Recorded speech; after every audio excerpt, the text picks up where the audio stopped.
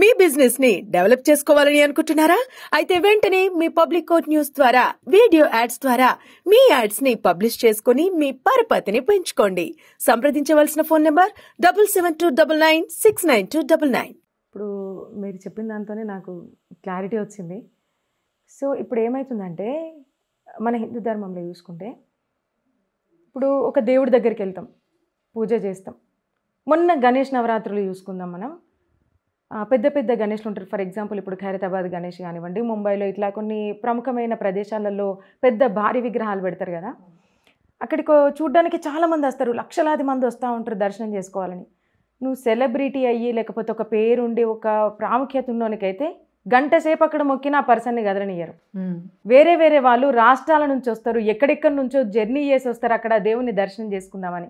మొన్న జరిగిన గణేష్ అని కాదు, ఏ దేవుడైనా ఏ ప్రాంతానికి వెళ్ళినా ఒక పుణ్యక్షేత్రానికి వెళ్ళినప్పుడు ఇద్దరు సేమే కదా, ఇద్దరు హిందువులే కదా, దేవుడి దగ్గర అందరు సమానమని అంటారు కదా. ఈడ విఐపి ఏంది, ఇక్కడ నార్మల్ ఏంది, 2-3 రోజుల నుంచి జర్నీ చేసి కష్టపడి ఆ ప్రదేశానికి అంటే ఆ దేవుని దర్శించుకోవడానికి కొన్ని డబ్బులు పోగు చేసుకొని వస్తాడు పాపం ఒక్కొక్కరు. వాళ్ళకేమో కనీసం దేవుణ్ణి ఒక సెకండ్ చూడడానికి కూడా టైం ఇవ్వకుండా తోస్తూనే ఉంటారు. అదే నువ్వు విఐపి అయితే నువ్వు గంట మొక్కు, నువ్వు పొద్దు నుంచి సాయంత్రం దాకా కూర్చుంటా అన్నా కూడా కూర్చొనిస్తారు. ఏం మనోడు మనకే కదా శత్రువు. ఇది ఎంతవరకు కరెక్ట్ అవుతుంది అంటారు అసలు? ఒకటి వ్యవస్థ లోపం ఒకటండి. సో దాన్ని అయితే మనం యాక్సెప్ట్ చేయాలి. ఎవరైతే కమిటీ వాళ్ళు నిర్వహించే పద్ధతి ఉందో చూడండి. ఇప్పుడు నేను ఒక లైన్లో నించున్నా, నేను లైన్లోనే వెళ్ళానండి, ఎప్పుడు లైన్లోనే వెళ్ళాను. ఓకే, నేను లైన్లో నించొని ఉన్నా, నాకు గంట దర్శనం పడుతుంది. మనకి ఎప్పుడు అనిపిస్తుంది అంటే ఆ ముందున్నోడు ఎప్పుడు జరుగుతాడు, నేను ఎప్పుడు ముందుకు వెళ్ళాలనిపిస్తుంది. నా వెనుకున్నోడికి ఏమనిపిస్తుంది, నేను ఎప్పుడు పక్క జరుగుతాను, వాడెప్పుడు ముందుకు రావాలనిపిస్తుంది. అవునా కదా? మీరు వాస్తవం చెప్పండి. ఇప్పుడు ఒక వ్యక్తి గంట సేపు నేను ఇక్కడే నించుంటా అంటే వెనక వాళ్ళ దర్శనం పరిస్థితి ఏంటి? ఓకే, భక్తుల్ని తొయ్యడానికి నేను చాలా అగేన్స్ట్ అండి, దాని గురించి నేను సపోర్ట్ చేయట్లేదు. కానీ దర్శనం చేసుకొని వాళ్ళని కొంచెం ఒక 2 నిమిషాలు చూసుకొని వెళ్ళే పద్ధతిలా ఏర్పాటు చేస్తే బాగుంటున్నది నా ఒపీనియన్, అంతకుమించి ఏం లేదు. అయితే విఐపీ ఇలా తొయ్యడం కరెక్ట్ కాదండి. ఇప్పుడు క్యూ పద్ధతిలో వెళ్ళాలి. ఇప్పుడు నేను పొద్దున 5 గంటలకి దర్శనం అయితే ఫ్రీగా ఉంటుందని 5 గంటలకు లేచి 4 గంటలకు లేచి రెడీ అయ్యి 5 గంటల వరకు గుడి ముందు ఉన్నా. ఓకే, నేను ఫస్ట్ నించున్నా కాబట్టి ధర్మం ప్రకారం ఎవరికి దర్శనం కావాలి? నాకే కావాలా? లేకపోతే 10 గంటలకు వచ్చిన వ్యక్తికి మీరు చేస్తారా? సో అందుకని క్యూ పద్ధతి వచ్చింది తప్ప, అంటే ముందు వచ్చిన వాళ్ళు ముందు దర్శనం చేసుకొని వెళ్ళిపోతారు, వెనక వచ్చిన వాళ్ళు వెనక యాడ్ అవుతూ ఉంటారు. ఒకటే ఇదే, అంతకు మించి ఏమీ లేదు. మీరు దాని ఒక పెద్ద భూతద్దంలో పెట్టి చూడాల్సిన అవసరం కూడా లేదు. విఐపీల జోలికి వస్తారండి. ఇప్పుడు నరేంద్ర మోదీ గారు వచ్చారు అనుకుందాం, తను వేరండి, తను ఎందుకు వేరయ్యారండి? వీళ్ళు మనిషే, వాళ్ళు మనిషి, ఆయన మనిషి కాదా? మరి ఏమంటున్నా అంటే అట్లా ఇప్పుడు మనలాగా లైన్ లో వేచి చూస్తే దేశం మొత్తం ఆయన మీద ఆధారపడి ఉంది. మరి ఎమ్మెల్యేల మీద ఒక నిమిషం ఇప్పుడు ఎమ్మెల్యేలు మినిస్టర్ల మీద మరి మన రాష్ట్రం ఆధారపడి లేదంటారా మీరు? ఉందండి, నేను ఏమంటున్నా అందుకే కదా వాళ్ళు వాళ్ళు ఒక 2 నిమిషాలు ఉండి, పొలిటికల్ లీడర్స్ అండి, వాస్తవం కూడా చెప్తున్నాం, వచ్చారా దర్శనం చేసుకున్నారా? పొలిటికల్ లీడర్స్ వస్తే పని చాలా తక్కువ అండి, మీరు అనుకుంటున్నారా? ఎప్పుడైతే ప్రజలు వస్తారో అప్పుడే పని అనిపిస్తుంది. ఎందుకనంటే వాళ్ళు భక్తితో వస్తారు. పొలిటికల్ లీడర్స్ వచ్చామా వెళ్ళామా అన్నట్టు ఉంటారు. వాళ్ళు వచ్చారా, ఒక దండం పెడుతున్నప్పుడు ఫోటో అయ్యిందా, షాలో కప్పుకున్నప్పుడు ఒక ఫోటో అయ్యిందా, కథ వెళ్ళిపోవడమే. 2 నిమిషాలు కూడా ఉండరు వాళ్ళు. పొలిటికల్ లీడర్స్ ఉండరండి. వాళ్ళకి దర్శనాలు, విఐపి దర్శనాలు ఎందుకు ఉంటాయంటే ఒకటే కారణం, వాళ్ళకి ఒక డేలో చాలా స్కెడ్యూల్స్ ఉంటాయండి. గుడి ఎంత ఇంపార్టెంటో వాళ్ళ అసెంబ్లీలో ఉన్న ఒక కుటుంబానికి ఒక నష్టం జరిగింది అన్నప్పుడు వెళ్ళి పరామర్శించడం కూడా అంతే ఇంపార్టెంట్. వాళ్ళని ఓకే క్యూ ఈ ఊరు నుంచి పక్క ఊరు వరకు ఉంది, అక్కడ నుంచి నడుచుకుంటూ రా అంటే ఎంతవరకు వాస్తవం అవుతుంది? సో అందుకని సిస్టమ్ వచ్చింది తప్ప దీన్ని పట్టి మనం భూతద్దంలో పెట్టి చూపించాల్సిన అవసరం లేదండి. మనము ఒక పాజిటివ్ కోణంలో ఆలోచించాలండి. ఎన్ని గంటలైనా కూడా మనం తిరుమలలో కూడా 8 గంటలు పట్టండి, ఒక రోజు పట్టండి, ఆయన వెంకటేశ్వర స్వామి దర్శనం అయ్యే వరకు క్యూ లైన్లో నుంచి ఎవ్వడు జరగడు. ఆయన దర్శనం ఒక్క 2-3 సెకండ్స్ చూస్తామండి, ఆయనని జన్మకి సరిపోతుందని అనిపిస్తుంది. మరి అంతమంది అన్ని గంటలు ఎందుకు వెయిట్ చేస్తున్నారు? దాన్ని ఒక పాజిటివ్ కోణంలో మీరు చూస్తే నా పరంగా ఏమనిపిస్తుందంటే, ఈ సమాజంలో ఇంత భ్రష్టత్వం జరుగుతున్నా కూడా ఇంకా కూడా హిందువులు భక్తి భావనతో గుళ్ళ దర్శనానికి గంటల తరబడి కూడా వెయిట్ చేసి మరీ నిల్చొని ఆయన దర్శనం తర్వాతే బయటికి వెళ్తున్నారు చూడండి. అక్కడ హిందుత్వం ఇంకా బతుకున్నదనే ఒక గొప్పతనం నాకు అనిపిస్తుంది. మీరు అనేది వాస్తవమే కళ్యాణ్ గారు. నేను ఇప్పుడు విఐపి అంటే దానికి ఓన్లీ పొలిటికల్ లీడర్స్ మాత్రమే కాదు, వాళ్ళకి సపరేట్గా కేటాయించాలి. ఎందుకంటే వాళ్ళ మీద ఆధారపడి చాలామంది ఉన్నారు. వాళ్ళు తొందర చేసుకొని వెళ్తారు. అక్కడ జనాలకు ఎటువంటి ఇబ్బంది ఏం లేదు. తెలిసినోడు ఆ తెలిసినోడికి ఇంకో తెలిసినోడు ఇటువంటి అయితే అంటే ఇప్పుడు ఎట్లుండే అంటే గర్భగుడిలో దేవుడు ఉంటాడు, ఆ దేవుడికి అడ్డం వీళ్ళు నిలిచి ఉంటారు, వీళ్ళందరూ నిలిచి ఉంటారు. ఆ సిస్టమ్ అనేది కొన్ని ఆలయాలలో అసలు చాలా దారుణంగా ఉంది. అందుకే తిరుమల తిరుపతి దేవస్థానంలో బ్రేక్ దర్శనాలు పెట్టారండి. ఇది మన అన్ని దేవాలయాల్లో కొంచెం పాటిస్తే చాలా బాగుంటుందని నా ఒపీనియన్. ఈ బ్రేక్ దర్శనం టైంలో నార్మల్ వాళ్ళకి ఎవరికి దర్శనాలు లేవు, విఐపి వాళ్ళు ఆ టైంలో మాత్రమే దర్శనం చేసుకొని వెళ్ళిపోతారు. ఇంకా నా సామాన్యులకి ఇబ్బంది ఉండదు. కానీ అలా అరేంజ్ చేయగలిగే అంటే వినాయకుడు మండపాల దగ్గర అలా అరేంజ్ చేసే కెపాసిటీ ఉంటుంది అంటారా? వినాయకుడు కూడా నేను మెన్షన్ చేస్తాను, అందుకే నాకు అన్నాను కదా ఆలయాల్ని అందులో చేర్చాలి ఖచ్చితంగా. అంటే ఆ సిస్టమ్ ని మనం బ్రేక్ చాలా పెట్టాలి. కాకపోతే విఐపీలు ఆ టైంకే వస్తారు. కానీ అంత పెద్ద దేవాదాయ శాఖలు ఉన్నాయా, అది మన చేతులలోనే నడుస్తే వ్యవస్థ అలా కరెక్ట్గా నడుస్తుంది. కానీ గవర్నమెంట్ చేతిలో నడుస్తుంది కాబట్టి వ్యవస్థ అల్లకల్లోలంగానే ఉంటుంది. ఇది మాత్రం నేను వితౌట్ ఎనీ డౌట్ నేను చెప్పగలుగుతాను. సరే, ఇప్పుడు సెంట్రల్ ఉంది బీజేపీనే కదా, చాలా వరకు ఆలయాలు ఉన్నాయి, కొన్ని వందల ఆలయాలు ఉన్నాయి, చాలా 6,47,000 పైగా ఆలయాలు ఉన్నాయి.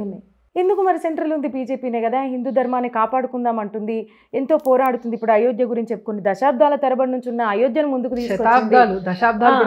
శతాబ్దాలు ఇప్పుడు అందరూ మంచిగా జనాలు పోతున్నారు, దర్శనం చేసుకుంటున్నారు, చాలా ఆనందపడుతున్నారు. కానీ కొన్ని మనం ఎంతో ఆలయ సంపద ఉంటే అదంతా పోయి మనకు లాస్ట్ మిగిలింది ఇంత దాన్ని కూడా మనం ఈ గవర్నమెంట్ ఉన్నప్పుడు అంటే ఫ్యూచర్ ఎట్లా జరుగుతుందో మనకు తెలియలేదండి.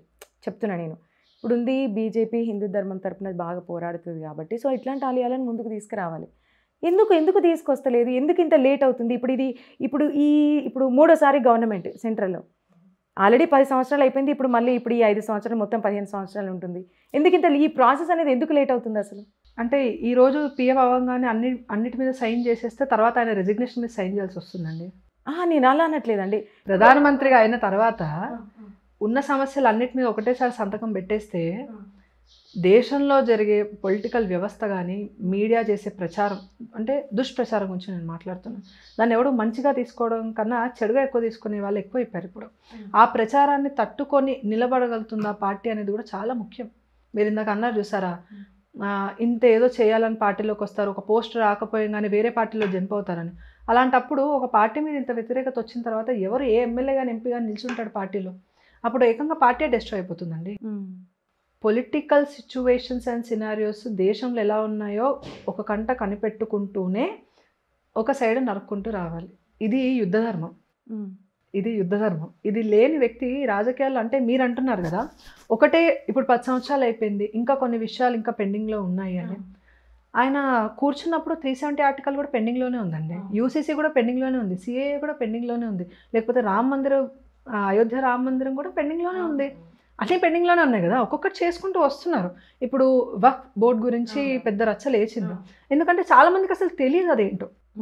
మాకు కూడా తెలియదు, మేము దాని మీద అది అంటే మాకు తెలియదు అని అంటే 2 years బ్యాక్ ఎప్పుడైతే ఈ వర్డ్ వచ్చి వినిపించిందో వక్ఫ్ బోర్డా ఇది ఒకటి ఉందా మన దేశంలో అంటే ఏంటి అని రీసెర్చ్ చేస్తే సంవత్సరానికి అర్థమైంది దాని లూప్ హోల్స్ ఏంటి, ఆ యాక్ట్ ఎందుకు వచ్చింది, ఎలా వచ్చింది ఏంటి అని. ఒక విషయం అండి, ఇప్పుడు నేను ఉన్నాను, నాకు ఒక ఇంట్రెస్ట్ ఉంది, లేకపోతే 10 మందికి చెప్పే ఒక బాధ్యత ఉంది కాబట్టి నేను చదువుతాను, లేకపోతే తెలుసుకోవడం ప్రయత్నం చేస్తాను, 10 మందికి తెలియజెప్పే ప్రయత్నం చేస్తాం. ఒక సామాన్యుడికి వాడు ఉద్యోగం చేసుకొని ఇంట్లో చూసుకోవడానికి రెస్ట్ తీసుకోవడానికే టైం సరిపోవట్లేదు. అలాంటిది దేశం గురించి ఎందుకురా, మన కుటుంబం చక్కగా చూసుకుంటే చాలు రాని ఎన్ని కోట్ల మంది ఆలోచిస్తారని మీరు ఒకసారి చెప్పండి నాకు. సో చాలా ఇష్యూస్ ఉన్నాయి. ఇష్యూస్ అన్నిటినీ ఒకటేసారి మనం సాల్వ్ చేయగలుగుతామా అని అంటే చాలా కష్టం. ఇప్పుడు మీకు జ్వరం ఉంది, దగ్గు ఉంది, లేకపోతే ఒంట్లో షుగర్ ఉంది, బీపీ ఉంది, అన్నిటికీ ఒకటే మందు ఉండదండి. ఒక్కొక్క దానికి ఒక్కొక్క బిల్లు వేసుకుంటారు మీరు కూడా. సో టైంని బట్టి అది కూడా, ఇప్పుడు ఒక మెడిసిన్ మార్నింగ్ వేసుకునేది ఉంటుంది, ఒకటి పడుకునే ముందే వేసుకోవాలి, ఒకటి లేచిన వెంటనే పడగలుపుతూనే వేసుకోవాలి, ఇంకోటి తిన్న తర్వాత వేసుకోవాలి. మీరు తిన్న తర్వాత వరకు ఎందుకు వెయిట్ చేస్తున్నారు, నా ఒంట్లో అప్పటికి జబ్బు ఉంది కదా, నేను సఫర్ అవుతున్నా, పొద్దునే వేసేయండి అంటే పోతారు ఒకటే రోజు. మెడిసిన్స్ ప్లేస్లో మీకు దండ ఇవ్వాల్సి వస్తుంది, అవునా కాదా చెప్పండి. సో పొలిటికల్ సినారియోస్ని, దేశంలో ఉన్న పరిస్థితులు అన్నింటినీ కూడా దృష్టిలో పెట్టుకొని రాజకీయం చేయాల్సిన అవసరం చాలా ఉంది. ఎందుకనంటే ఇన్ని దశాబ్దాల పాటు హిందువుల మీద ఇన్ని అత్యాచారాలు జరుగుతున్నాయి, లేకపోతే ఇంత దుస్థితి ఏర్పడినా కూడా అసలు ఒక పొలిటికల్ ఆర్గనైజేషన్ హిందుత్వ ఎజెండా మీద వచ్చి రాజకీయ పరంగా ఈ స్టేజ్లో నిలిచిన పార్టీలు మీరు ఒక్కటి చూపియండి, నాకు ఒకటి చూపియండి. లేదు. దీన్ని మనం ఇప్పుడు కాపాడుకొని క్షేమంగా మళ్ళీ మన ధర్మాన్ని మళ్ళీ రివైవ్ చేసుకోలేదు అనుకోండి, ఒకటే రోజు నేను కుప్పిగంతులు వేస్తాను, ఇక్కడ నుంచి 100 యోజనాలు దుంకుతాను అని అంటే నువ్వు హనుమంతుడు కాదు. నెక్స్ట్ వచ్చే గుంతలోనే పడతావు, మునిగిపోతావు. ఏమవుతుంది అప్పుడు? ప్రాణాలు కోల్పోవడం తప్ప ఏముండదు. కాబట్టి పొలిటికల్ సినారియోస్ని దృష్టిలో పెట్టుకొని మాత్రమే పార్టీస్ ముందడుగు వేస్తాయి. అలా అని ఆ సమస్యల్ని వదిలేసిందని అనుకుంటే మాత్రం తప్పండి. దాని మీద దృష్టి ఖచ్చితంగా ఉంది. ఇప్పుడు రీసెంట్గా పవన్ కళ్యాణ్ గారు మొన్న తిరుపతి లడ్డూ ఇష్యూ బయటకు వచ్చినప్పుడు ఆయన మెజారిటీ ఆఫ్ ద ఆంధ్రప్రదేశ్లో కన్వర్టెడ్ క్రిస్టియన్స్ ఉన్న స్టేట్, దానికి డిప్యూటీ సీఎం ఇప్పుడు అయ్యారు 10 సంవత్సరాల పోరాటం తర్వాత. అంటే పోటీ చేసిన ఒక్క స్థానం కూడా ఓడిపోయిన జనసేన పార్టీ నుండి ఈరోజు పోటీ చేసిన అన్ని స్థానాలకి 100 స్ట్రైక్ రేట్తో గెలిచిన పవన్ కళ్యాణ్ గారు డిప్యూటీ సీఎంగా అయిన తర్వాత వితిన్ 100 days ఆఫ్ పీరియడ్లో ఆయన ఒక బోల్డ్ స్టేట్మెంట్ ఇచ్చారు. నన్ను అడిగితే బీజేపీలో అంత పెద్ద స్టేట్మెంట్ ఏ పెద్ద నాయకుడు కూడా ఇవ్వలేదు. సనాతన ధర్మ పరిరక్షణ బోర్డు అని ఆయన అంత పెద్ద స్టేట్మెంట్ ఇచ్చారండి. సో ఇలాంటి బోర్డ్స్ మనం తీసుకొని రావాలి. అది పొలిటికల్గా జనరేట్ అవ్వాలి ఖచ్చితంగా. అది పొలిటికల్ లీడర్స్ వల్ల మాత్రమే అవుతుంది. మన సామాన్యులం ఇక్కడ కూర్చొని మాట్లాడడం వరకే ఉంటుంది. ఎవరైతే నాయకులు ఉన్నారో అక్కడ వాళ్ళు చేయాల్సింది చట్టాలని. రీసెంట్గా తిరుపతి లడ్డు ఇట్లా కల్తీ జరిగింది, జంతువులకు కొవ్వుతోని ఆ నూనె తయారు చేసి సంథింగ్ వాడుతున్నారు, ఇది జరుగుతుంది. బాగా బర్నింగ్ టాపిక్ అయిపోయింది. కొంతమంది ఏమో నీకు ఎంత పెద్ద పెద్ద ఇష్యూస్ ఉండగా ఈ లడ్డును పట్టుకొని ఎన్ని రోజులు నువ్వులు ఆడతారని కొంతమంది అంటున్నారు.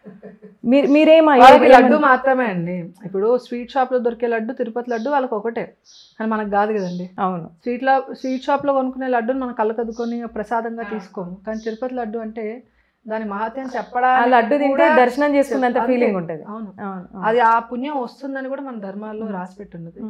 సరే, దీనికి కారకులైన వాళ్ళని ఏమంటారు మీరు?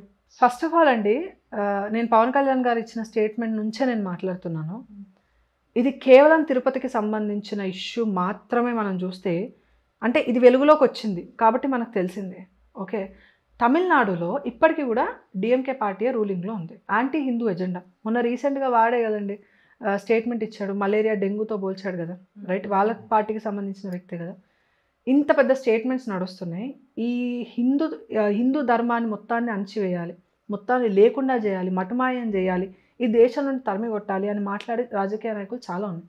ఆ పార్టీల అండర్లో నడిచే స్టేట్ గవర్నమెంట్స్ కూడా చాలా ఉన్నాయి. మీరు అర్థం చేసుకోండి, తిరుపతి వెలుగులోకి వచ్చింది ఎందుకంటే మన గవర్నమెంట్ వచ్చింది కాబట్టి జరిగిన అన్యాయాన్ని చూపించింది. మరి వైఎస్ఆర్సీపీ గవర్నమెంట్ ఉన్నప్పుడు కదా ఇవన్నీ జరుగుతుంది. మరి ఎందుకు బహిర్గతంగా వాళ్ళకి చెప్పలేకపోతున్నారు? ఎందుకు చెప్పట్లేదు? ఎందుకు బయట పెట్టట్లేదు? మీరు ఒక మాట అర్థం చేసుకోండి. ఇలా ఒక్క ఆంధ్రాని కాదండి, మన దేశంలో కూడా చాలా state governments, non BJP or non alliance state governments ఏవైతే రూల్ చేస్తున్నాయి ఆ స్టేట్స్ని, అక్కడ జరుగుతున్న ఇష్యూస్ అన్నీ ఇవే. ఈ ఇష్యూస్ అన్నిటినీ మనము అంటే కంప్లీట్ సొల్యూషన్ అంటారు కదా, ఆ కంప్లీట్ సొల్యూషన్ మనకు కావాలంటే ఫస్ట్ మనం చేయాల్సింది ఏంటి? మన ధర్మానికంటే ఇప్పుడు చూడండి, మీరు ఒక చెట్టుని జస్ట్ మనం నరికేసామని చెప్పేసి ఓన్లీ బ్రాంచెస్ లీవ్స్ నరికేస్తే సరిపోదు. దాని రూట్స్ ఉన్నంత కాలము చెట్టు మళ్ళీ కూడా వస్తుంది, అవునా కదా? మన ధర్మాన్ని నాశనం చేయాలనే ఎజెండాస్ ఏవైతే ఉన్నాయో మనం పైపైన నరుక్కుంటూ పోతే దానికి పెద్ద లాభం ఏం లేదండి. రూట్ కాజ్ ఏంటో మనం ఫైండ్ అవుట్ చేసి ఆ రూట్ కాజ్ మనం డిస్ట్రాయ్ చేయగలిగితే అప్పుడు ఇలాంటి ఇష్యూస్ ఫర్దర్గా రావు. లేకపోతే ఈరోజు తిరుపతి అయింది, రేపు ఇంకోటి అవుతుంది, రేపు శక్తిపీఠాలు అవుతాయి, రేపు జ్యోతిర్లింగాలు అవుతాయి, 100 ఉంటాయండి. ప్రతి దగ్గర మనం ఇలా కూర్చొని ఒక ఇంటర్వ్యూ అవుతుందేమో, ఒక గంట ప్రజలు చూస్తారు, ఆ గంట వీడియో అయిపోయిన తర్వాత వాడి పని వాడిది, వీళ్ళ పని వీళ్ళది. మళ్ళీ ఇంకో ఇష్యూ వచ్చే వరకు వీళ్ళకి తీరకుండదు, వాళ్ళకి తీరకుండదు. సో ఇది కాదు కదండి మనకు కావాల్సింది. We need a solution. దీనికి సొల్యూషన్ ఏంటి? అసలు ప్రాబ్లం ఎక్కడి నుంచి స్టార్ట్ అయింది అనేది చాలా మెయిన్ ఇంపార్టెంట్ థింగ్ అండి. మనం 1950లో ఎప్పుడైతే కాన్స్టిట్యూషన్ని మనం యాక్సెప్ట్ చేసామో భారతదేశము యాజ్ అ గవర్నమెంట్గా, 1950 కాన్స్టిట్యూషన్లో క్లియర్గా ఆర్టికల్ 26లో రాశారు, ఏ గవర్నమెంట్ కూడా రిలీజియస్ మ్యాటర్స్లోకి ఇన్వాల్వ్ అవ్వడానికి వాళ్ళకి అసలు ఎలాంటి హక్కు లేదు, క్లియర్గా రాశారు. మరి నెహ్రూ గవర్నమెంట్ వీళ్ళు బాధేసుకుంటారు అంబేద్కర్. మరి అంబేద్కర్ గారు రాసిన కొన్ని చట్టాలకి దానికి double triple anti Hindu agenda, వాళ్ళ ఎజెండాకి సెట్ చేసుకున్న యాక్ట్స్ ఎన్ని తయారు చేశారండి వీళ్ళు? అందులో ఒక యాక్ట్ ఎండోన్మెంట్స్ యాక్ట్. దీనివల్ల ఏమవుతుందనంటే అండి, ఏ గవర్నమెంట్ అయినా టెంపుల్స్ని వాళ్ళ స్టేట్ గవర్నమెంట్లో ఉన్న అండర్ కంట్రోల్లో ఉన్న టెంపుల్స్ అన్నింటినీ వాళ్ళ కంట్రోల్లోకి తీసుకొని రావచ్చు. ఆ భూముల్ని మీరు అమ్మేసుకొని ఆ డబ్బుని ఏదైనా చేసుకోవచ్చు, దానికి లెక్క చెప్పాల్సిన అవసరం కూడా లేదు. ఆ యాక్ట్లో ఉంది విషయం. అంటే లెక్క చెప్పాల్సిన అవసరం లేదా అండి? ఆ భూమిని ఏమైనా చేసేసుకోవచ్చు. టెంపుల్లో ఉన్న సంపదని మీరు దేనికైనా ఖర్చు పెట్టుకోవచ్చు, ప్రతి రూపాయి కూడా మీరు తీసేసుకొని ఏమైనా చేయొచ్చు. ఆ టెంపుల్ యాజమాన్యానికి సంబంధించి దాన్ని పెడతాం కదండి, దాన్ని చూసుకోవడానికి ఎవరో ఒక వ్యక్తిని చైర్పర్సన్ చేస్తాం. ఆ వ్యక్తిని మీరు హిందూ ధర్మం అని కాదు, ఏ పర్సన్ అయినా, ఏ ధర్మానికి అంటే ఏ రిలీజన్కి సంబంధించిన వ్యక్తినైనా తీసుకొచ్చి అపాయింట్ చేయొచ్చు. మీకు ఇఫ్ ఇన్ కేసు ఆ ల్యాండ్ గుడికి ఇంకా అవసరం లేదు, దాన్ని మీరు డిస్ట్రాయ్ చేసేసి దాని ప్లేస్లో హాస్పిటల్ ఏమైనా కట్టుకోవాలంటే దాన్ని డిస్ట్రాయ్ కూడా చేసేసుకోవచ్చు అనే రైట్స్ ఒక గవర్నమెంట్కి ఎందుకు? ఇలాంటి చట్టాలు మెజారిటీలో ఉన్న హిందువుల యొక్క మనోభావం దెబ్బతీయడానికి కాదా? మీరు ఒకసారి ఆలోచించండి. తమిళనాడులో 35,000 పైగా గుళ్ళు ఎండోన్మెంట్ కంట్రోల్లో ఉన్నాయి. కోట్ల రూపాయలు, 100 కోట్ల రూపాయలు ప్రతి సంవత్సరము వాళ్ళకు ముడుతుంది గవర్నమెంట్కి. వాళ్ళు వాటన్నిటిని డైవర్ట్ చేసి ఇప్పుడు మన గుడి నుంచి వచ్చిన సంపదని మన గుడికి ఎలా ఖర్చు పెట్టాలండి? అది కదా గవర్నమెంట్ చేయాల్సింది. కానీ మీరు నమ్మరు, నేను వాస్తవాలు చెప్తున్నా. తిరుమల తిరుపతి దేవస్థానం వాళ్ళు సంవత్సరానికి 3,000 కోట్ల రూపాయలు ఏపీ ప్రభుత్వానికి ఇస్తే వైఎస్ఆర్ హయాంలో ఒక సంవత్సరానికి నేను చెప్తున్నా 3,000 కోట్ల రూపాయలు అంటే ఆ రాష్ట్రంలో ఉన్న హిందువులందరికీ ఉచిత విద్య, ఉచిత వైద్యం, ఉద్యోగాలు అన్నీ వచ్చేస్తాయి తెలుసా అండి మీకు? రోడ్లు కూడా అయిపోతాయి. అసలు ఎంత డెవలప్మెంట్ అవుతుంది అంటే 1 ఇయర్కి ఇంత వస్తుంది అంటే మనీ. మీరు ఒక 5 years 10 yearsలో మీరు ఒకసారి ఆలోచించండి ఎన్ని పనులు చేయగలుగుతాం మనం. ఏం జరిగింది? 3,000 కోట్ల రూపాయలు ఒక సంవత్సరానికి టీటీడీ ద్వారా ఆంధ్రప్రదేశ్కి వెళ్తే మీరు ఆశ్చర్యపోతారండి. 10% మాత్రమే మళ్ళీ టీటీడీకి ఖర్చు పెట్టింది గవర్నమెంట్. జస్ట్ 10%. జస్ట్ 10%. ఇంకో 90% ఎటుపోయిందంటారు? ఇప్పుడు పుట్టుకొచ్చిన కొత్త చర్చిలు, భూములు చూసారండి, ఈ కన్వర్షన్స్ కి వీటికి వెళ్ళిందండి. అప్పుడు కూడా అన్నారు టీటీడీ చైర్పర్సన్ గా జగన్ వాళ్ళ మామని కూర్చోబెడితే, అంకుల్ని కూర్చోబెడితే 10 గుళ్ళ ధ్వంసం చేసి అక్కడ గోల్ఫ్ కోర్టులను కట్టాడు తెలుసా మీకు? అవునవును, నిజమే. ఇలాంటి విషయాలు జరుగుతున్నాయి. ఎందుకు జరుగుతున్నాయి? మొన్న ఏర్పడిన కర్ణాటక ప్రభుత్వంలో, సరే బీజేపీ ఓడిపోయింది గెలిచింది పక్కన పెడితే, కర్ణాటకకి ఒక సంవత్సరానికి 79 కోట్ల రూపాయలు టెంపుల్స్ ద్వారా, ఎండోన్మెంట్ ద్వారా వాళ్ళకి వచ్చింది. మీరు ఆశ్చర్యపోతారండి, 7 కోట్లు మాత్రమే మళ్ళీ మందిరాలకి ఖర్చు పెట్టారు వాళ్ళు. తెలుసా మీకు? 7 కోట్లు మాత్రమే. అందులో ఇంకో 5 కోట్లు చర్చెస్కి, మిగతా ఉన్న 59 crores మొత్తం కూడా ముస్లిమ్స్కి ఇచ్చారు.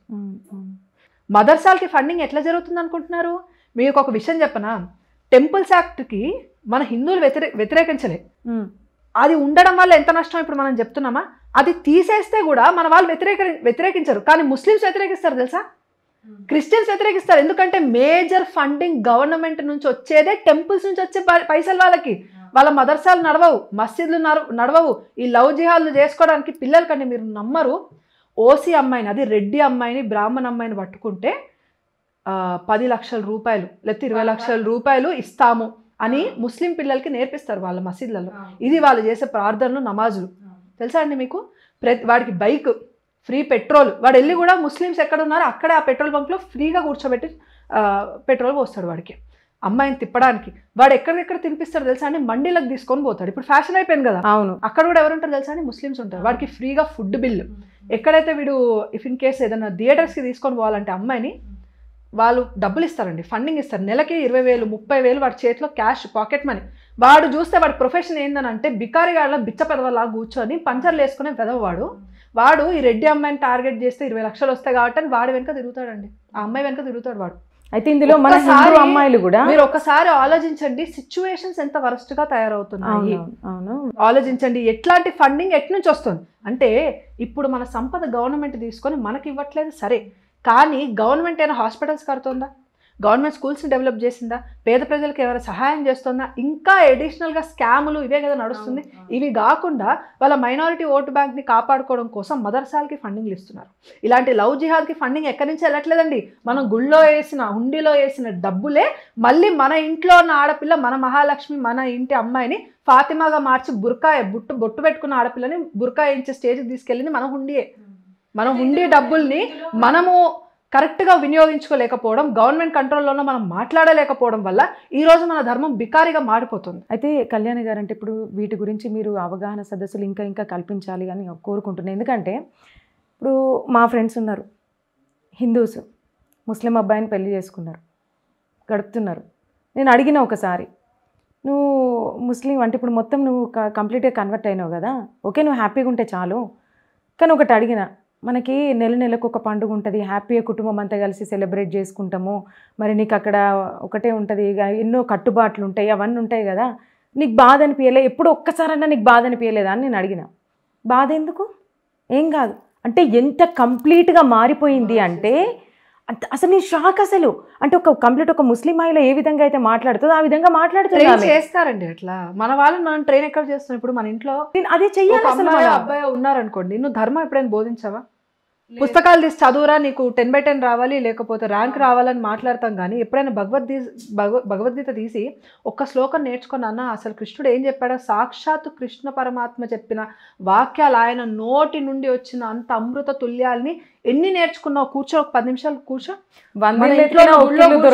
గుళ్ళో కూర్చో, ఒక పువ్వు పెట్టడం నేర్పారండి మన వాళ్ళు. ఎప్పటికైతే నీ పిల్లలకి నువ్వు నీ ధర్మాన్ని నేర్పించవో, అవతలోడు వాడి ధర్మాన్ని వాడు నేర్పిస్తాడు కదా. అప్పుడు నీ పిల్లలు నా జారిపోయారని మాట్లాడడానికి అసలు ఏం రైట్స్ ఉన్నాయి? నీకు సంపాదన ముఖ్యము, ఇంట్లో వంట చేసే టైం ఆడవాళ్ళకి లేదు, వాళ్ళ ఉద్యోగాలు వాళ్ళకి ముఖ్యము. వీళ్ళు ఏంటంటే ఏమనంటే ఫుడ్ అమ్మా అంటే ఆకలేస్తుందని అంటే మన తల్లులండి. నిజం చెప్తున్నా, మేబీ నా జనరేషన్ వరకు కూడా మా అమ్మ ఇంట్లో ఉండి మేము ఇంటికి వచ్చేసరికి మా ఇంట్లో మా అమ్మ ఉండేది. నిజంగా మా నాన్న చేసిన గొప్ప పని అండి. నేను అంటే ఇప్పుడున్న ఫెమినిస్ట్ వాళ్ళ యాక్టివిస్ట్ల గురించి నేను మాట్లాడట్లేదు, కానీ ఆడవాళ్ళు ఇంట్లో ఉండడానికి మన వాళ్ళు ఎందుకు అంత నియమం పెట్టారో అన్నది ఒక రెస్ట్రిక్షనో లేకపోతే నువ్వేది సాధించద్దు అనేది ఉద్దేశం కాదండి. ఆడవాళ్ళు ఇంట్లో ఉన్నంత కాలము ఇంట్లో ఉన్న కుటుంబానికి మొత్తానికి రోగాలు రాలేదండి. ఆడవాళ్ళు ఎప్పుడైతే బయట తిరగడం స్టార్ట్ చేశారో వీళ్ళతో పాటు అందరికీ కుటుంబానికి రోగాలు పట్టడం స్టార్ట్ అయ్యి. ఎందుకనంటే టైం లేదు, ఇంట్లో వంట చేసి తీరకలేదు. బయట వాడు ఒక రొట్టె చేస్తే వాడి ధర్మం ప్రకారంగా ఎవడైతే వండుతాడో వాడు ఉమ్మాలి. వాడు ఉమ్మి చేసిన రొట్టెని మనం వా ఎంత బాగుంది అని తింటాము, సిగ్గులేదు మనకి. ఎందుకంటే అవతల వాడు ఉమ్ము కాదు ఉచ్చవస తింటాం మనం, సిగ్గులేదు మన హిందువులకి. కానీ ఇంట్లో ఆడవాళ్ళకి వండే టైం లేదు. వాడు జొమాటోలో ఎక్కడి నుండి ఫుడ్ వస్తుందో వాడికి తెలియదు, ఎవడెలా చేస్తున్నాడో తెలియదు, ఆరోగ్యాలు నాశనం అవుతున్నాయి. ఇంట్లో మా అమ్మ ఉండేదండి. ఇంటికి వచ్చిన తర్వాత నాన్న బయట కాలు కడుక్కోవాలి, పొద్దున్న లేవంగా నాన్న స్నానం చేసావా, దేవుడు దండం పెట్టుకున్నావా, కొంచెం ఫస్ట్ ఇదో తీర్థం ఇస్తున్నా తీర్థం తీసుకో, లేకపోతే దేవుడు ప్రసాదం తీసుకున్నా కళ్ళ కత్తుకొని వేసుకో. ఇది కదండి కల్చర్, నీ ఇంట్లో నుంచి స్టార్ట్ అవుతుందండి. గుడి సరే అది ఒక రీజియన్కి సంబంధించి, నీ ఇంట్లో ఉన్న గుడి సంగతి ఏంటి? పిల్లలు కనీసం ఇలా తల తిప్పి మా ఇంట్లో ఎన్ని దేవుడి పటాలు ఉన్నాయని కూడా చూడరండి. ఇది ఇప్పుడు ఉన్న జనరేషన్ దౌర్భాగ్యం. ఫోనే, అటు సైడ్ ఫాదర్ మాట్లాడుతున్న ఫోన్, అమ్మ మాట్లాడుతున్నా ఫోన్, ఏంటి చెప్పు. వాడు మెర ఇట్లా తిప్పినా కూడా ఇట్లా చూస్తాడు కన్ను తిప్పి. ఇది ఇప్పుడు ఈ జనరేషన్. మా అమ్మ ఇంట్లో ఉండేదండి. మా చిన్న బాల్యము ఇప్పటికీ అంటే సరే ఒక ఏజ్ వచ్చిన తర్వాత పక్కన పెట్టండి, కానీ చిన్నప్పుడు అమ్మ అవసరం ఉన్నప్పుడు అమ్మ ఇంట్లో ఉంటే ఎంత బాగుంటుందో తెలుసా అండి. మా ఫ్రెండ్స్ మా క్లాస్మేట్స్ చాలామంది, నేను ఇలా చెప్తున్నాను కాదండి, అమ్మ ప్రేమను పొందలేకపోయారండి. అమ్మ అవసరం ఉన్న టైంకి వాళ్ళు పక్కింటి ఆంటీ దగ్గరికి వెళ్ళి అమ్మ తాళం ఇచ్చిందా ఆంటీ అని చెప్పి తీసుకొని వాళ్ళే తాళాలు ఓపెన్ చేసుకొని లోపలికి వచ్చి ఇంట్లో ఏం లేకపోతే వాళ్ళే పాలు పొంగించుకొని తాగి, లేకపోతే అందులో బిస్కెట్ ముంచుకొని వాళ్ళే ఎందుకంటే అమ్మ ఇంట్లో ఉంటే మా అమ్మ కాలు కడుక్కొని వచ్చేలోపు నోట్లో అన్నం పెట్టేది, ఫ్రూట్స్ కట్ చేసి వచ్చి తినిపించేది, పక్కన కూర్చోబెట్టుకొని ఒక గంట నా చదువు చెప్పి ఇంకో గంట ధర్మం గురించి బోధించేది. అలా బోధించే కదండి ఇప్పుడు ఛత్రపతి శివాజీ మహారాజ్ అంత గొప్పవాడు ఎలా అయ్యాడు అని అంటే తన తల్లి జిజాబాయి పక్కన కూర్చోబెట్టి ధర్మం కోసం యుద్ధం చెయ్యి అని నారు పోసి పెంచిందండి. ఇలా ఈ జనరేషన్లో తల్లిదండ్రులు కనీసం బొట్టు పెట్టుకొని చెప్పే దౌర్భాగ్యం లేదు మనకి. అవుట్డేటెడ్ ఫ్యాషన్ నాన్న, ఇట్లానే ఉంటా నేను, డ్రెస్సింగ్ సెన్స్ చెప్పేది లేదు. గుడికి వెళ్ళు, సాటర్డేనే వెంకటేశ్వర స్వామి గుడికి వెళ్ళాలా, సాటర్డే పోవడానికే బతకం వాడికి, సండేనే ఇది చేయాలా, మండేనే శివుడికి వెళ్ళాలా, తెలీదు. పేరెంట్స్కే తెలీదు. వాళ్ళకి వాళ్ళ సిస్టమ్ ముందు కూర్చుంటేనే సరిపోతుంది. పిల్లలు ఎందుకండి కంటారు? పిల్లల్ని కంటే అదొక బాధ్యత. నేను ఒక విషయం చెప్పనండి, ఒక జిజాబాయి తన లైఫ్ టైంలో తన కన్న కొడుకుని ఛత్రపతి శివాజీ మహారాజ్ లాగా తయారు చేసింది. అదే ఇంకొక తల్లి చిన్నప్పటి నుండి ఆవును ఎలా చంపాలి, ఇతర ధర్మాన్ని పాటించే వాళ్ళ మీద బాంబులు ఎలా వేయాలి అని తయారు చేసి ఇంతమంది ముస్లిం పిల్లల్ని తయారు చేసిందండి. ఏ తల్లి గొప్పది మీరు నాకు చెప్పండి? చిన్నప్పటి నుండి శత్రుత్వాన్ని నారుబోసిన ఈ తల్లి గొప్పదా, లేకపోతే ధర్మం కోసం యుద్ధం చేయమని చెప్పిన ఈ తల్లి గొప్పదా? మీరు చెప్పండి. ఒక్క ఛత్రపతి శివాజీ మహారాజ్ సరిపోడా అండి ఇన్ని కోట్ల ముస్లింలకి? మీరు ఒకసారి చెప్పండి. అలాంటి ఛత్రపతి శివాజీ మహారాజ్లో ఈ జనరేషన్లో ఎందుకు పుట్టుకు రావట్లేదని నా ప్రశ్న అండి. అలాంటి ఝాన్సీ లక్ష్మీబాయి లాంటి వ్యక్తులు నేను బయటికి వెళ్ళాలి, ఇంట్లో నన్ను ఎందుకు అనదొక్కుతున్నారు, నేను వంటింటికి women should not stay in the kitchen, she is not a house wife, she is not wife of the house అని పెద్ద పెద్ద యాక్టివిస్టులు వచ్చి మాట్లాడతారండి. నేను బయటకు వెళ్ళాలి, గడప దాటితే నువ్వేం బీకావు? ఝాన్సీ లక్ష్మీబాయి లాంటి వ్యక్తులు గడప దాటి శత్రువుల్ని సంహరించి ధర్మాన్ని నిలిపారు. నువ్వేం చేసావు? రాణి రుద్రమ్మ లాంటి వ్యక్తులు గడప దాటి యుద్ధం చేసి ధర్మాన్ని నిలబెట్టారు. నువ్వేం చేసావు? కనీసము నీ ఒంటి మీద ఉన్న గుడ్డను నువ్వు కాపాడుకోలేకపోతున్నావు. అది ఈ జనరేషన్ పరిస్థితి. నువ్వు బయటకు వెళ్తే క్షేమంగా ఇంటికి తిరిగి వస్తావు అన్న సిచ్యువేషన్ లేదు. అవును, ధైర్యంగా ఒక పరిస్థితిని ఎదుర్కొనే దమ్ము లేకుండా పోయిందండి హిందువులకి. మీరు అవతలోడి మీద యుద్ధానికి వెళ్ళే దమ్మును పక్కన పడండి. పిల్లలకి 100 మార్కులకి 90 మార్కులు వచ్చే ర్యాంక్, సెకండ్ ర్యాంక్ వచ్చిందంటే సూసైడ్లు చేసుకుంటున్నారు. అరే ఈ ఎగ్జామ్ తప్పితే ఇంకొక ఎగ్జామ్ ఉంటుంది, ఫ్యూచర్ మళ్ళీ ఉంది, ఒక నెలకి మళ్ళీ ఎగ్జామ్ వస్తుంది కదా. కానీ నీ జీవితాన్ని, ప్రాణాన్ని త్యాగం చేస్తే మళ్ళీ జీవితం ఎక్కడి నుంచి వస్తుంది నీకు? ఆ జీవితం మళ్ళీ వస్తుందా? బతకగలుగుతావు వల్ల? ఒక చిన్న మార్కు 2 మార్కులు రానందుకు సూసైడ్లు అండి పిల్లలు. టీచర్ తిట్టిందని సూసైడ్లు అండి. తల్లిదండ్రులు ఒక చిన్న మాట, చదువుకోరా అంటే తప్ప నీకు, ఫోన్ చూడొద్దురా అంటే తప్ప నీకు. అంటే మన మనస్సు ఎంత వీక్ అయిపోయిందో ఇక్కడ అర్థం చేసుకో. ఇందాక అడిగారు చూసారా, హిందువుల్లో ఐక్యత ఎందుకు లేదండి? హిందువుల్లో ఐక్యత కాదండి, గుండె దమ్ము పోయిందండి వాళ్ళకి. హృదయ దౌర్బల్యం పట్టింది వాళ్ళకి. గుండెలో దమ్ము లేదు. ఏదేనైనా ఎదిరించాలంటే నీ జీవితంలో వచ్చే కష్టాలనే నువ్వు ఎదిరించలేకపోతున్నావు. చావు మార్గాన్ని నువ్వు ఎంచుకుంటున్నావా? ఒక్కసారి మన రాజుల చరిత్రలు తీసి చూడు. ఎన్ని కష్టాలు పడి వాళ్ళ రాజ్యంలో రాజుగా బతకాల్సిన ఛత్రపతి శివాజీ మహారాజు లాంటి వ్యక్తులు ఈరోజు గడప దాటితే, ఫోర్ట్ దాటితే నేను బతుకున్నా బతికి లేకపోయినా ధర్మం కోసం కొట్లాడి చచ్చిపోవడానికి రెడీ అయ్యి వెళ్ళారండి. ఒక ఇంటెన్షన్తో, ఒక సంకల్పం తీసుకొని. మన వాళ్ళు స్కూల్కి ఎందుకు పంపిస్తున్నారు? సూసైడ్ చేసుకోవడానికా? ఎందుకు చదివిస్తున్నారు అంటే అమ్మ 9 నెలలు కడుపులో మోసి కన్న నొప్పి బాధ ఆవిడకు ఉండదా అండి? దౌర్బల్యం, హృదయ దౌర్బల్యం. నీ జీవితంలో ఉన్న చిన్న చిన్న అంశాలకే నువ్వు చెలించిపోతున్నావు. స్థితప్రజ్ఞత లేదు నీకు. నువ్వే నీ లైఫ్కే, నీ బతుక్కే లేదు స్టెబిలిటీ. నువ్వు ధర్మం కోసం ఏం యుద్ధం చేస్తావు? నేనైతే ఒకటే మాట అంటా అండి, నువ్వు ఈ జన్మలో బతికినా, మళ్ళీ చచ్చినా, మళ్ళీ బతికినా, మళ్ళీ చచ్చినా, మళ్ళీ బతికినా ఇదే బతుకు. పొద్దున్న లేస్తావు, తింటావు, పెళ్ళి చేసుకుంటావు, పిల్లల్ని కంటావు, మళ్ళీ తింటావు, పంటావు, చస్తావు. ఇదే అండి లైఫ్. అయితే మొత్తం ఇదే. ఎన్ని జన్మలెత్తినా మానవుడి జన్మ మాత్రం ఇదే ఉంటుందండి. కానీ యుద్ధం ఎట్లా అయినా నేను చచ్చేవాడిని. ఈరోజు బయటకు వచ్చి యుద్ధం చేయకపోయినా చేసిన. ఈరోజు 40 ఏళ్ళకి చస్తానేమో, ఇంట్లో ఉంటే 60 ఏళ్ళకి చస్తా. 60 ఏళ్ళు ఇంట్లో కూర్చొని ఈ భూమి మీద భారం అవడం కన్నా 40 ఏళ్ళకి బయటకు వెళ్ళి ధర్మం కోసం కొట్లాడి చేస్తే నీ శరీరానికైనా కనీసం విలువ ఉంటుంది. నన్ను అడిగితే నేను అదే చెప్తానండి. 20 సంవత్సరాలు కాదు, నాకు ఇంకో 60 సంవత్సరాలు ఆయుర్దాయం ఉన్నా నాకు అవసరం లేదు. కానీ ఈరోజు ధర్మానికి కష్టం వచ్చింది, వెళ్ళి యుద్ధం చేయాల్సిన అవసరం ఏర్పడింది అని అంటే నా కుటుంబాన్ని, రేపొద్దున నాకు పెళ్ళై పిల్లలున్న వాళ్ళందరి గురించి ఆలోచించకుండా ధర్మం గురించి కొట్లాడాను. నాన్న నేను ఇంకా రాను, మీకు తల్లి లేదు, గోమాతే మీకు తల్లి, భూమాతే మీకు తల్లి అని చెప్పి మరి గడప దాటి యుద్ధానికి వెళ్ళి తిరిగి రాకపోయినా పర్వాలేదండి. ధర్మం కోసం యుద్ధం చెయ్యగలిగే అంత దమ్ము ముందు మీ గుండెల్లో ఉండాలి. ఈ శరీరం ఈరోజు ఎంత సుకుమారంగా మెయింటైన్ చేసినా ఇంకొక 30 సంవత్సరాలు 40 సంవత్సరాలకి ఎప్పటికప్పుడు చావు నీ దరి చేరుతుంది. కానీ నువ్వు అందరిలాగా చద్దాం అనుకుంటున్నావా, లేకపోతే నువ్వు ధర్మం కోసం కొట్లాడి చేద్దాం అనుకుంటున్నావా? అది నీ చేతిలో ఉన్న ఆయుధం. ఓకే, అంటే కళ్యాణి గారు మీరు ఇట్లా మాట్లాడుతుంటే నాకు తెలియకుండానే గూస్ బంప్స్ వచ్చేస్తుంటాయి మొత్తం. మీరు చెప్పిన తర్వాత నాకు ఒకటి అర్థమైంది. నాకు ఒక బాబు ఉన్నాడు. నాకు సాధ్యమైనంత వరకు ఇప్పుడు, ఎందుకంటే మీరు అన్నారుగా ఇందాక, ఇప్పుడు ఈ కాలం ఎట్లుందంటే చిన్నపిల్లలు వెళ్ళి పక్కింటి ఆంటీ మా మమ్మీ తాళం ఇచ్చింది అన్నారుగా. లిటరల్గా నాకు అసలు కళ్ళల్లో నీళ్ళు ఆగలేదు. ఎందుకంటే మా బాబుది అదే సిచ్యువేషను. ఇప్పుడు నాకేమనిపిస్తుంది అంటే ఎంతో కొంత, నేనని కాదు, నాలాగంటే పిల్లలు, నా తల్లులు ఎవరైనా సరే వీలైనంత వరకు టైం సెట్ చేసుకొని పిల్లలకు మీరు అన్నట్టు రోజుకు ఒక 2 లైన్ల శ్లోకం నేర్పించినా చాలు. అట్లీస్ట్ దేవుడికి దీపం నువ్వే పెట్టు, చిన్న చిన్నగా. అంటే ఏదో భక్తి మార్గాన్ని నడవాలని కాదు, ఒక మంచి మార్గం అనేది వాళ్ళకి తెలుస్తుంది అని చెప్పి నేను అనుకుంటున్నాను. నాకు నిజంగా చాలా బాగా అనిపించింది మీరు చెప్తుంటే. నేను ఇప్పుడు కొన్ని క్వశ్చన్స్ అడుగుతాను, 1 word ఆన్సర్ చెప్పండి. ప్రయత్నం చేస్తాను. ఓకే, చెప్పండి కళ్యాణ్ గారు. ఇన్ కేస్ మీరు సీఎం అయితే ఎంబటేది నేను ఇది మార్చేస్తాను, నాకు ఇది నచ్చలేదు అని అనుకుంటే ఏంటి? ఎండోన్మెంట్ యాక్ట్ తీసేస్తాను నా స్టేట్ గవర్నమెంట్ నుంచి.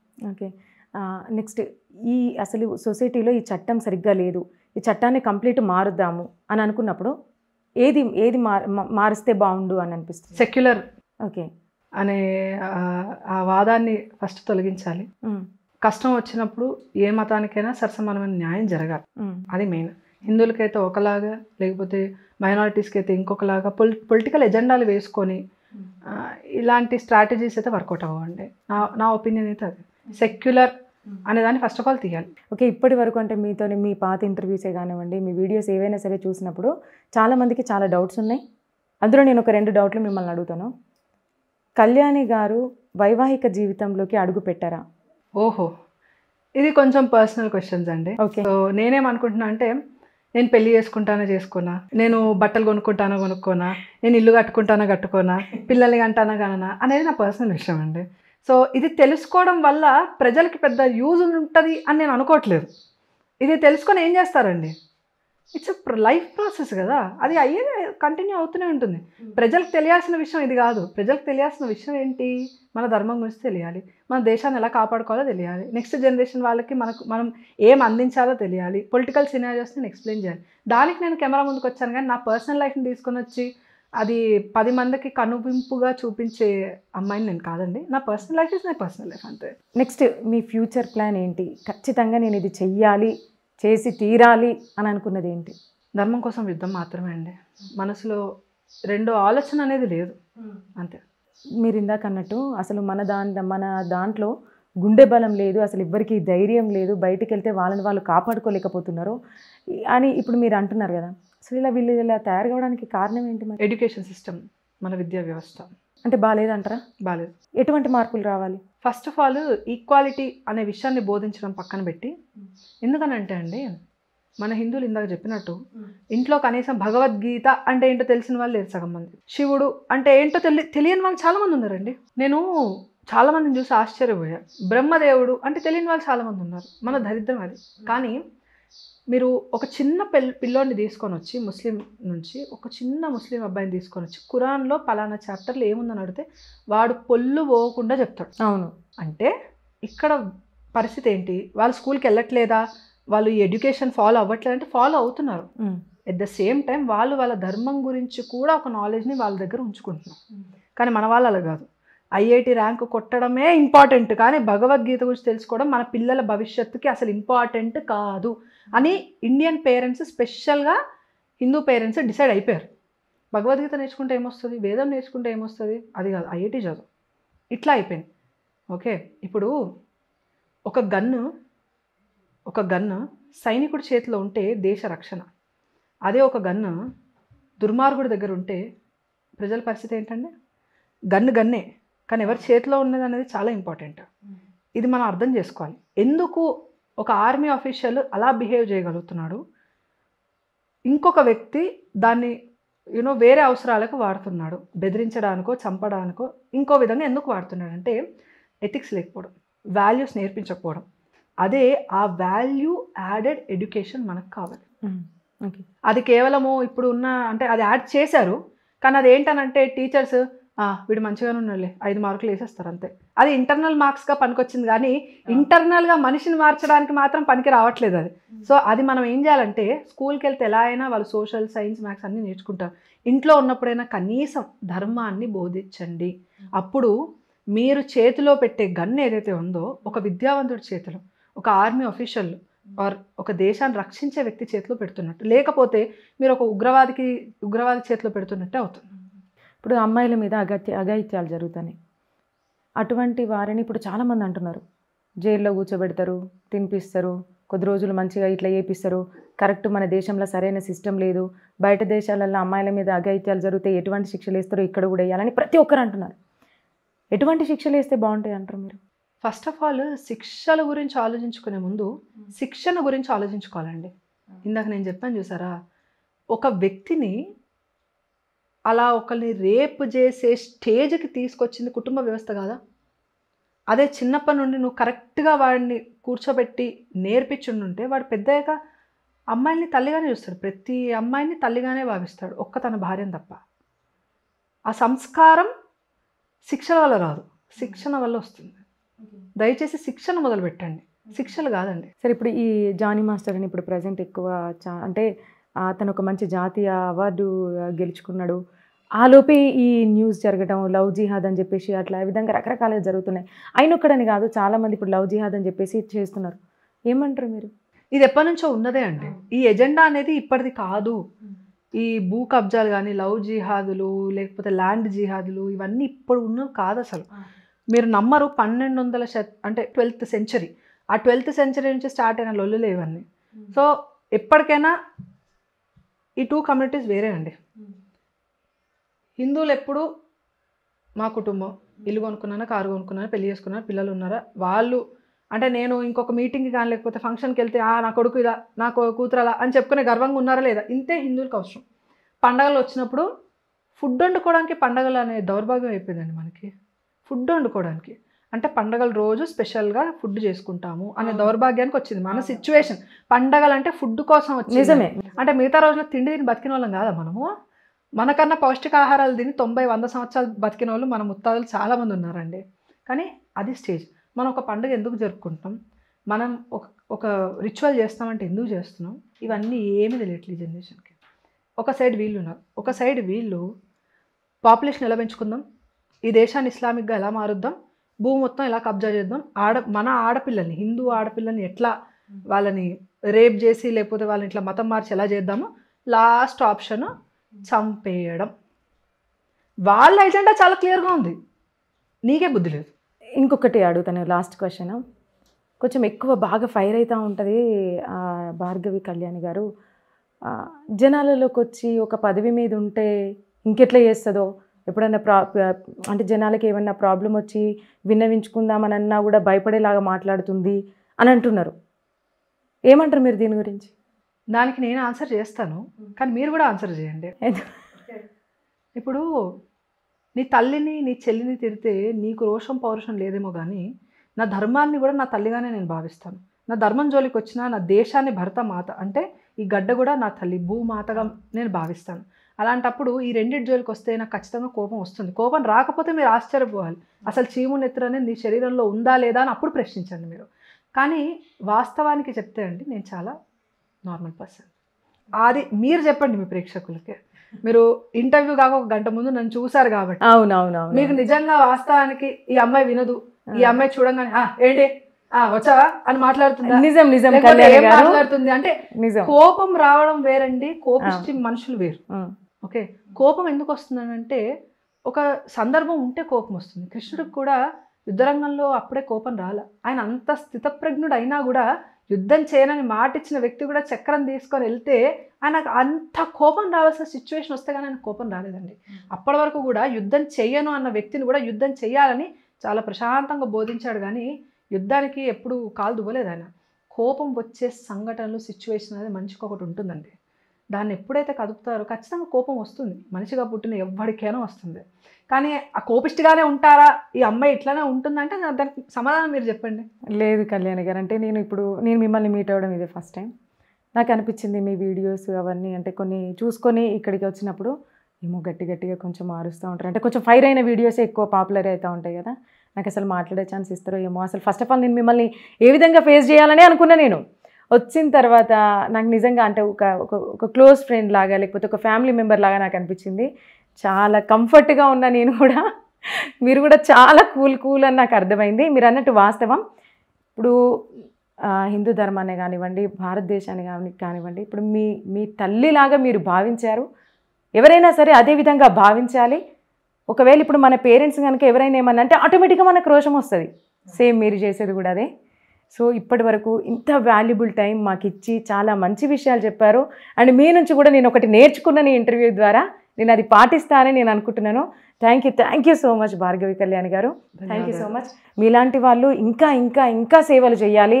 మీరు ఒక మంచి పదవి పొందాలని నేను అనుకుంటున్నాను. మీరు అనుకోవట్లేదు నాకు తెలుసు, బట్ నేను అనుకుంటున్నాను. ఎందుకంటే చాలామందికి మీలాంటి వాళ్ళు అవసరం. సో ఖచ్చితంగా రావాలండి. మళ్ళీ ఒకసారి మీరు టైం ఇస్తే మళ్ళీ వస్తాం. మళ్ళీ మంచి టాపిక్స్ గురించి మళ్ళీ ఒకసారి మాకు చెప్పండి క్లుప్తంగా. Thank you so much. ధన్యవాదాలు. సో చూసారు కదండి ఇంటర్వ్యూ. నాకు తెలిసి ఈ వీడియో మీరు ఒక్క సెకండ్ కూడా స్కిప్ చేయకుండా పూర్తిగా చూస్తారని నేను అనుకుంటున్నాను. ఇందులో మీరేమైనా చెప్పాలనుకుంటే మీ విలువైన అభిప్రాయాలను కామెంట్ బాక్స్లో షేర్ చేయండి. చూస్తూనే ఉండండి పబ్లిక్ కోట్ న్యూస్. నమస్తే.